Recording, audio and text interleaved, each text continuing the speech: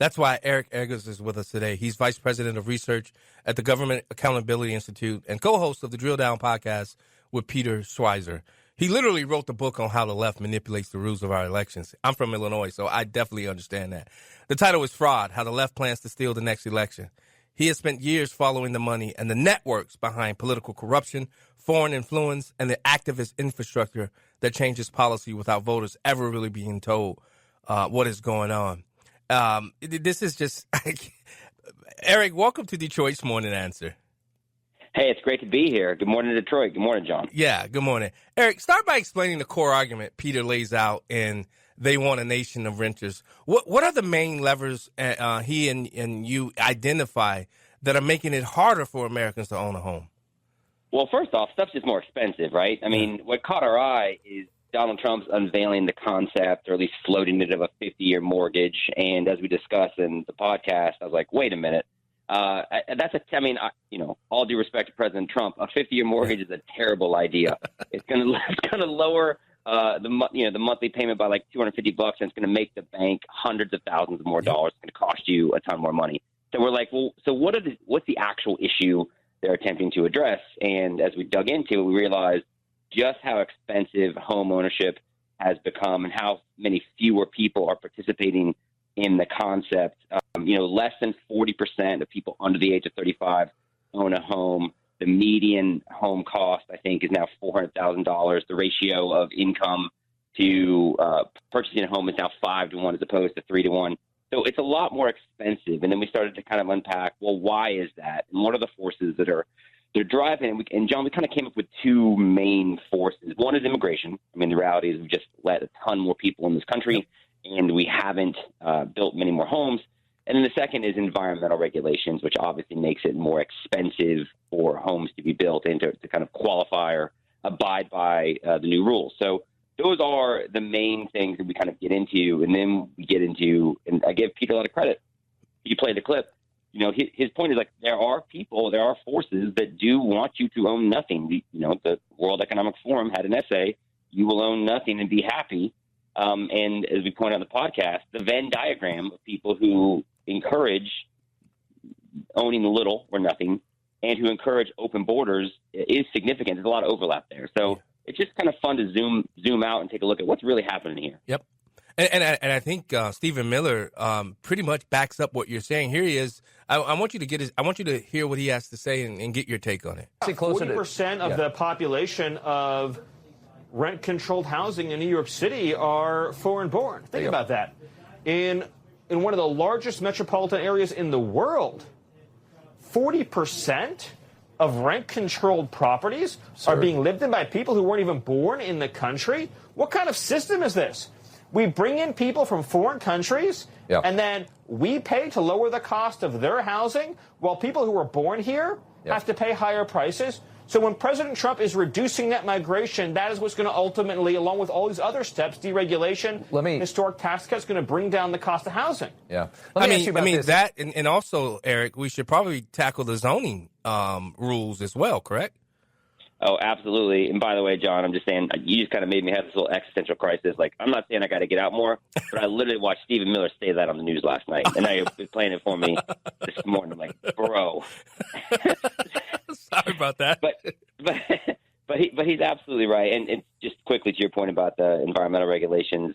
Environmental regulations in San Francisco add, on average, $400,000 the cost of a home, otherwise known as the median price of a home. So absolutely, and environmental regulations are a significant driving factor as well. And, I do think, Stephen Miller is a very smart guy, and the Trump administration is doing a lot right. But one takeaway, I'm not sure what you guys kind of thought about the election results from a few weeks ago, but one takeaway for me from the election results, in the governor's race in Virginia and New Jersey is you saw Latino and Hispanic support for President Trump drop fairly significantly. He had 40% of it in 2024. It's down to less than a third now. Yeah. And polls show that more than 2/3 of Hispanic and Latinos think the immigration and ICE raids are going too far. And what I think part is behind that is I think the Trump administration needs to do a better job of connecting the dots. As you just heard Stephen Miller attempt to do, they can say, listen, we're enforcing the law not because we don't like people who don't look like you, but we're enforcing the law because we think this is one of the ways that we're going to make things more affordable for you. We think that when the borders were as open as they were under the Biden administration, there's a correlation there. Yeah, and if they can say, look, we think by getting rid of some of these people that shouldn't be here, we think it's going to drive the cost of housing down. I think that they might find they win back some of that support. Yeah, I think also there was a war within the Trump administration of those who want to go after everybody and those who wanted to have targeted immigration raids and go after the worst of the worst. I do know I've had people on who spoke to the fight, the internal fight that was going on within the Trump administration about that. And I think the Trump side won. Trump really does want to go after the worst of the worst. I don't think he so much want to go after those who've been here 20, 30 years. What say you? Is that part of the why that Latino, you think that Latino support has dropped? So actually, in addition to doing a podcast with Peter Schweizer, I do a podcast with investigative reporter Susan Crabtree. She writes for Real Clear Politics. And it's called On Background. So that's another podcast that people are into it. They could check out. And we actually had a reporter on who covers ICE and Border Patrol named Anna Giardelli. Yes. And she told us how there's this, to your point, there is an absolute tension between Border Patrol and ICE and, who should do what and who's in charge of what and how aggressively should they go after everybody and who should they go after. Yeah. So I think that's maybe the most important or one of the most important kind of stories that's happening in this country. And it doesn't sound like everybody, to your point, is on the same page. That's true. And they got to kind of figure it out, or if nothing else, they got to figure out how they're going to talk about it. Correct. But that's why, they're sending out people like Charlotte and New Orleans, and they're saying, hey, like, I think Charlotte is now, I think the new Battleground is saying there's a ton of illegal immigrants here. Now, the question is, are those people who have been here 20, 30 years, or those people who are committing crimes or who are on parole, or those like the catch and release people from the Biden era? So, again, it comes down to messaging, and that's one of the reasons why I think you see Stephen Miller on TV as much as he is. Now, Peter alluded to the World Economic Forum famously pushing the line, you will own nothing and be happy by 2030. When you compare that vision with what you and Peter are documenting, does it look like a coincidence, or do you see actual coordination among elites, global institutions, and a lot of these domestic political actors? Well, so a guy I work with, Seamus Bruner, wrote a book called Control the Guard. And he absolutely lays out the argument for the latter, that there are it's a weird thing to say, but the people like the Rockefellers and Bill Gateses and the Klaus Schwabs, the World Economic Forums of the world, absolutely are not quiet about this agenda. They want to make you eat stuff that's not real meat and eat bugs and, rent, not own. And the stuff that they have laid out as a vision for a more sustainable future, quote unquote, is sort of dystopian and scary. Meanwhile, you got Elon Musk being like, look, we can put 8 billion people in New York. We're fine. Yeah. So I think, again, it's about like which perspective do you adhere to? But I guess the answer to your question is we absolutely do see forces who had much more power, thankfully, in the previous administration than the current one, who do want to drive people towards a certain vision. And that's one of the things that I think Donald Trump is fighting so aggressively against. Now with New York, on top of all these issues, they elected out of the closet Democrat socialist. How do you think that the Mamdani? What will the Mamdani effect be in New York? We know what he wants to do. He built his campaign on aggressive rent freezes, expanded. He wants to expand rent stabilization and he wants these heavy public subsidies for housing. I mean, what will that do to the market in New York? It's a good question. I don't think it's going to do a whole lot because I don't think he's going to do a whole lot. I think that there's the whole like mess around and find out part. I don't think New York's going to find out, or they're going to find out that a lot of what he sold is sort of like magic beans, because even the Democrat governor is like, look, I'm not going to raise taxes. We're not going to be doing this stuff. We're not taking revenue out of the bus system. We can't afford it. So I think he's fairly limited in terms of what he can actually do from a policy position standpoint. And at the end of the day, I think Mamdani is his appeal. I don't know what you think, but to me, his appeal is less about clamoring for democratic socialism, although he did get a significant amount of support from immigrants who, it should be pointed out, came to this country from places that don't exactly practice capitalism. So there is some inherent benefit there. But I think what he was really selling is things are so expensive in New York. Yep. and he was campaigning on trying to solve a specific problem. Like people don't want socialism; they just want it to be cheaper to live. And it's a reflection of the failed democratic leadership of that city for decades. And so actually, Mamdani to me is just an indictment of what's happened before, not so much a desire for what he pledged to bring. Eric, I so agree with you, because one of the things I tried to send to Cuomo and Sliwa was that there was a hole in his whole presentation. Almost everything that I'm a former state legislator. Almost everything that he wanted to do that was substantive he had to get the power to do so from Albany. And Cuomo, being a former governor, he should have known that. And I just don't think they attacked him from that angle to say your whole campaign of what you're trying to run on can't be done unless Kathy Hochul says yes. And that's why I believe one of the next most important elections is getting Elise Stefanik to become the next governor of the state of New York. Because if that happens, she becomes the backstop to a lot of his socialist agenda, correct? Oh, absolutely. And I think even if she doesn't become elected governor, I still think that mainstream Democrats are the backstop, because I think they've said, like, they understand that there are midterms coming up next year. The Republicans, I think, quietly are very happy with Mamdani's election. They're very happy to let Mamdani become the face of the Democratic Party for 2026. The Democrats know that, which is one of the reasons why, you didn't even see Hakeem Jeffries endorse him for a long time. And, it's not like they've embraced this guy. So they're trying to create some separation. I think that begin in the state legislature in New York, as you correctly point out. I also think, just to the point about Cuomo, my understanding is you're also a former law enforcement officer. Yes.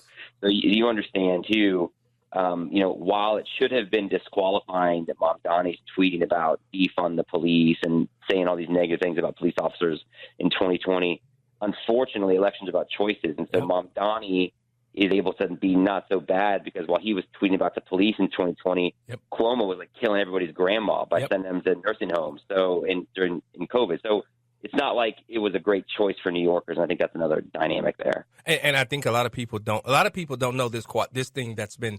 There's some people in the Trump administration. Pam Bondi basically put the squash to it. Mamdani has some immigration issues. There were people in the Trump administration that wanted to go after him for those immigration issues with his own immigration. I say this, Eric, the Republican Party, they just don't have the gumption. If this was a Democrat, knowing that a Republican that they didn't want in a position, they would have laid down the hammer and gone after him and exposed that. Why is it that Republicans, you look at it with Jeffrey Epstein, you look at it with nuking the Senate, why are they so afraid to make these big monumental decisions that would affect and change the very outcome, Eric? John, let me just push back a little bit. I don't think that's true. I don't think we have any evidence to suggest that Democrats would leverage the full weight and power of law enforcement and federal agencies to go after political opponents. Oh, wait, yeah, we do. They charged Donald Trump with force. Sorry, I forgot. I forgot he was facing hundreds of years of prison time and many. Yeah, it's a good point. But I think, this has always been how the Democrats went on this issue, right? I mean, I'm old enough to remember 2016. And I think they just were very sensitive about, when Hillary was running against Donald Trump and the crowd chants of lock her up. And he even said you'd be in prison during the debate. And then they're like, oh, my gosh, the whale in the gnashing of teeth. They lost their mind. And obviously the Trump administration did not pursue criminal charges against Hillary Clinton. And then for that, he was rewarded by the opposite happening. And, the Democrats always say the opposite of what's actually happening. They said Donald Trump was a threat to democracy, and then they run somebody for president who did receive 0 votes in a Democrat primary process. They say that they're using law enforcement, and then obviously they're the ones that charging Donald Trump and other Republicans. Steve Bannon went to prison, right? A bunch of people went to prison. So no, it's weird. But I also think that they actually do try to stand up for and adhere to some, some principles, because at the end of the day, like, we are a country of laws, and that's got to matter. Yeah, but Eric, when it comes to nuking the Senate, people forget. And I've been screaming it on because I do radio 6 days a week. I do Monday through Friday Detroit, and then I do a Chicago Detroit show called Black and Right, where I tackle a lot of the cultural issues. And I had to remind people, and a lot of callers was like, yeah, I forgot about that. During the Biden administration, if it wasn't for Sinema Fetterman and Manchin, they would have nuked the Senate. We would have right now 15 Supreme Court justices right now had those three not stood up and said no. And that's what I mean. Republicans are listen, we are in a war for the soul of this nation. I don't mean fighting, but for the soul of this nation. And I want America and Americans to win. Is that so far out there of a belief system to have? I think you're absolutely right to want America and Americans to win. And what you're actually speaking to is you want what America stands for to win. Yes. And what America has stood for. And I think that there are very much a competing vision. Back to your whole, the World Economic Forum vision for what the future should look like, or that we don't really have borders and we're all sort of this one utopian society, as opposed to the one shining city on the hill, as Ronald Reagan threw out. But I would just say this. The nuking the Senate, the getting rid of the filibuster, we're glad that the Democrats didn't do it, right? Yeah. Because because the Democrats didn't do it, that's why we don't have 15 Supreme Court justices. And so I think it's kind of one of those where if you want the Republicans to do it, it's like, which weapon do you want the other side to eventually be able to use? Yeah. And you don't want them to be able to use it. If you don't want them to use it, maybe we shouldn't get it out the holster, Yeah, but you and I know that if they get back in power, they're definitely going to pull the trigger on nuking the Senate. I want to talk real quick about Michigan. There was an article in Axios back in July. Sammy Barber and Joe Gillian. They talked about even as the national institution investors have cooled, the share of homes purchased by institutional buyers in Metro Detroit has nudged up from about 7.3%. Let me look at my notes to 7.4% over the past year. Why would capital keep flowing into Michigan in particular? It's a good question. I mean, you're on the ground there. Yeah. I think I like Detroit. I got family from the Britain area and up in Grayling, so I like Michigan. I enjoy visiting there. I think some people still believe in being a seat of American innovation and industry. And I think that they've had some positive signs about the way the city might be ticking up. But I think they've also tried to be smart about offering a lot of financial incentives, if I'm not mistaken, for investing in the area, correct? Yeah. Now, Eric, you spent your career exposing not just fraud, rigged systems, and specifically the way elites game the rules. When you look at this housing market, do you believe this is that next great battleground for election integrity and political freedom? If we lose the fight for ownership, what else do we lose? Well, it's funny, John. I hadn't thought about this, but in my book, Fraud, How the Left Plans to Steal the Next Election, which ironically enough came out in 2018, so it came out before the 2020 election, we document a lot about the ways in which the systems that are most vulnerable for manipulation. And actually, do you know what one of the areas that are the most rife for fraud and abuse are public housing units? So, and you got places where people don't own individual homes, but whether they're so public housing units, Section 8 housing, even nursing homes where you've got a bunch of people in small areas together, they're absolutely the easiest to manipulate. California became the first state to officially legalize ballot harvesting, which became very popular in 2020. But the practice of soliciting, helping, collecting, and then delivering ballots has been widespread and popular in those areas for decades. It happens especially in big cities. So, it wouldn't shock me if that's part of the calculus as well. So listen, when we have people who are not of terrific means, they don't seem as invested because they don't own a thing. And so they're sort of like a bunch of people who don't have a massive investment in the future of what we're doing, and they're all here, then it is easier to kind of manipulate them either through, kind of rhetoric or through kind of more felonious means. Yeah.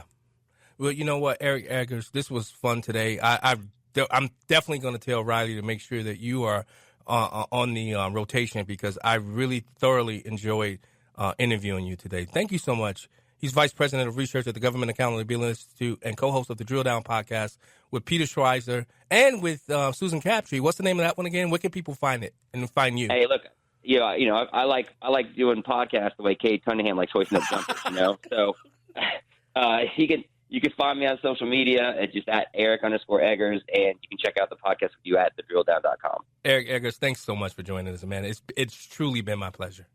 I appreciate it, John. Thank you. All right. I like that guy. Oh, my goodness.